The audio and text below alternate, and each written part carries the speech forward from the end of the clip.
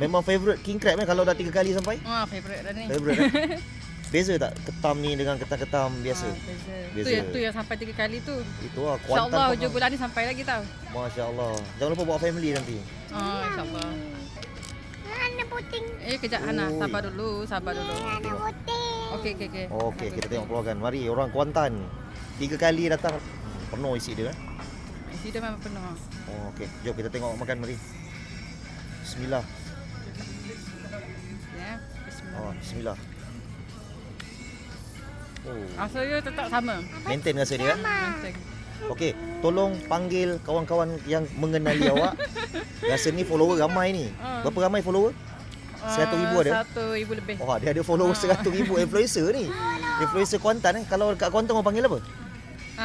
Ada panggil Miss Bunga, ada panggil Ida Goja. Okey, kalau gitu panggil semua awak punya follower. Orang-orang yang kenal datang sini, mari. Okey, semua yang mengenali saya dan mengenali kedai nasi lemak Lobster JB. Lobster JB. Ya.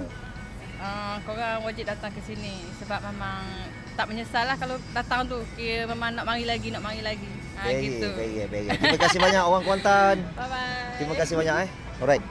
So yang mana nak makan king crab ini yang 3 kaki dia order 498 Okey, so dekat mana lagi? Hanya di Nasi Lemak Lobster JB Setia Tropika. Okey, dibuka setiap hari dari jam 12.30 sampai 11.30 malam. Tolong cek sekejap dah follow saya ke belum? Kalau belum follow, tolong tekan button follow, tolong share dan tolong komen. Salah ke seumur hidup sekali makan king crab? Boleh zoom lagi sekali. Zoom. Kalau salah, komen salah. Kalau tak salah, komen tak salah. 3 kali dia datang. Tak salah lah maksudnya.